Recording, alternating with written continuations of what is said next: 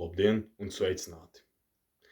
Mēs esam Uldis Maskavs, Timofejs Golubevs, Daniels Teksnis, Kristians Upesleja, Jaroslavs Benedikts Boļšakovs.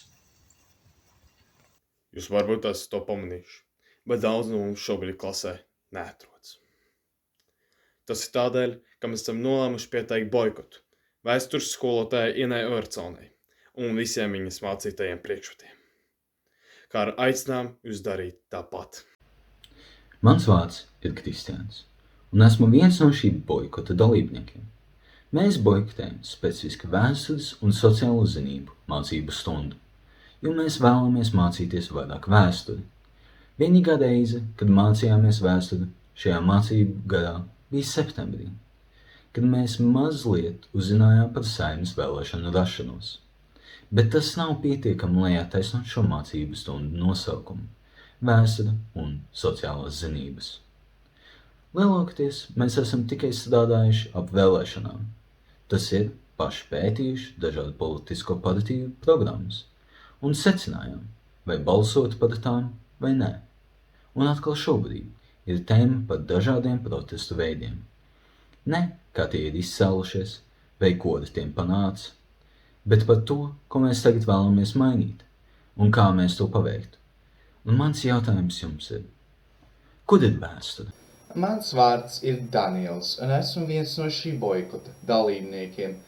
Mēs mēģinām paveikt neiespējamo, tas ir piesaistīt gan klases biedra, gan skolotājs Inas Evertsonas uzmanību jau acīm redzošam faktam, kurš vajā šīs skolas skolēns jau gadu desmitiem, respektīvi liels mājas darba daudzums, kamēr ir nopietnas un postošas sekas uz jauniešu veselību un to vispārējo izaugsmi.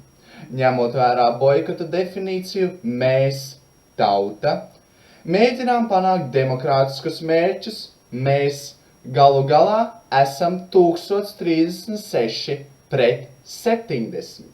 Skolotājiem beidzot ir jāsaprot, ka papildus eseja, papildus kontroldarbs vai papildus prezentācija ir ne tikai viens jauns mājas darbs, bet arī viena jauna nagla skolēnu zārkos. Lūdzu, esiet saprotoši un samaziniet mājas darbu daudzumu vismaz par 15%, savādāk nākamnedēļ mēs būsim spiesti pievērst ne tikai skolas, bet arī valsts uzmanību.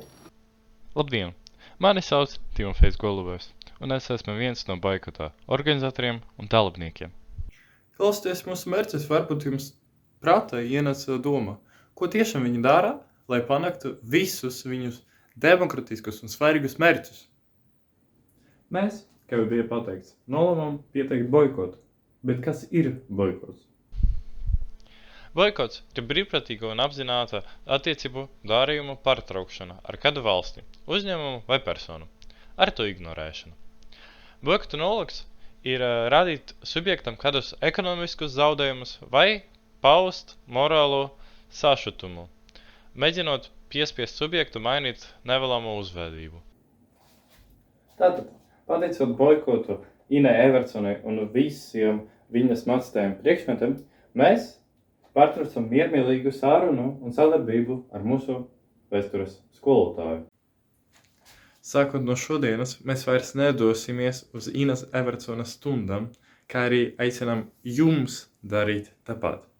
Ja mūsu klausītāji joprojām nesaprot, kas ir boikots, varbūt viņam palīdzēs uzzināt piemērus vēsturē.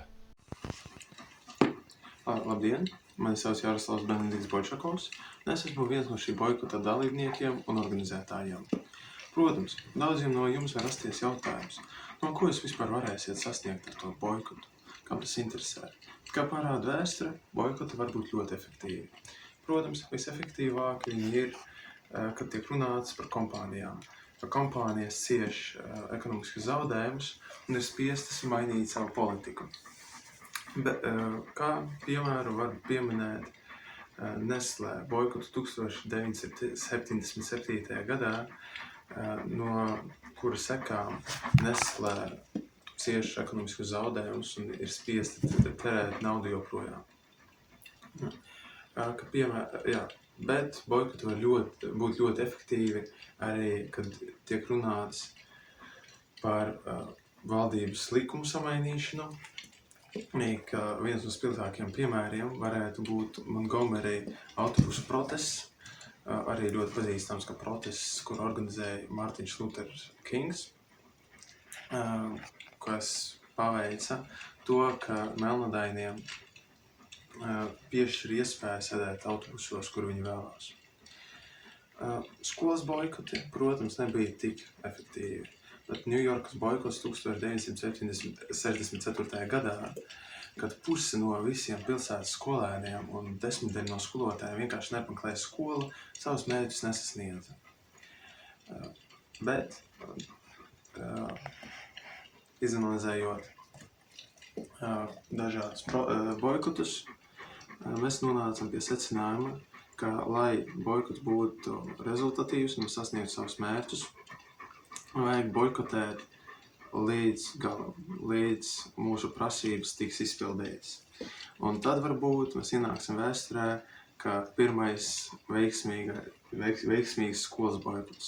Mēs visi no mūsu visdziļākās sirdsapziņas ceram uz to, ka mēs bijām spējīgi jūsu uzmanību pievērst tam, kam dēļ mēs rīkojam boikotu, un tā vispārējo nozīmi. Kā ar to, ka mēs nenesam ne naidu, ne dusmas pret vēstures stundām vai pret Everconas kundzi pašu. Jo galu galā šī boikota galvenais mērķis ir miermīlīgā veidā nodot ziņu Everconas kundzei, paralēli klasniekiem, klases biedriem, kā ar skolas vadībai par to, ka tā kā lietas norit šobrīd vēstures stundās, tā tas nevar turpināties un ka ir pienācis laiks izmaiņām.